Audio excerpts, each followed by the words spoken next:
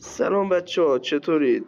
اومدم با یه DNS خفن مهمونتون کنم. برید بزنید عشق کنید. پینگ بین الا 60 الا 80 میده داخل TDM و داخل کلاسیک دیگه تقریبا بین 80 تا 100، ولی ریجسترش خیلی گاده. بریم با هم ببینیم.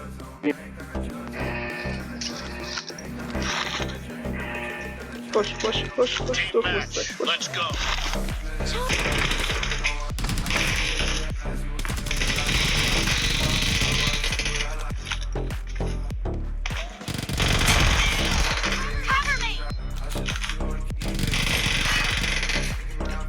بذارید یکی بیاد کلوز.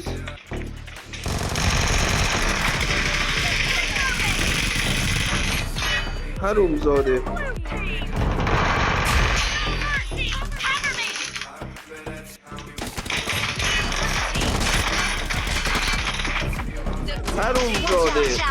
نزن خوب.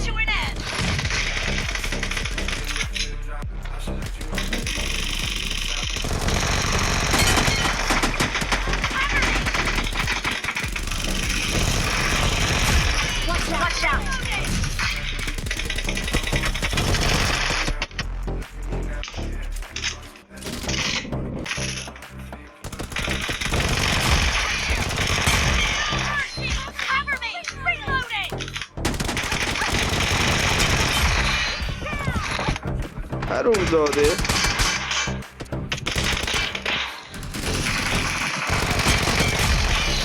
حرومزاده نزن کسکش.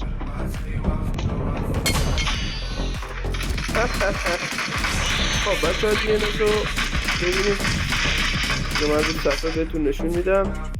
بالا 1.1.1.1 پایین 185.65.44.73 IPv6 هم بچه ها غیر فعال کنید. خب بچه ها مرسی که تا اینجا همراه من بودین. من واسهتون یک آرنا رنگ رو استارت کردم داخل مپ کلاسیک. هم اگه DNSاتون همه همینطور باشه، همه مثل هم باشین، همین پینگ و همین ریجستر رو قطعا میگیرید. مرسی که تا اینجا همراه ما بودین. تا ویدیو بعدی، خداحافظ.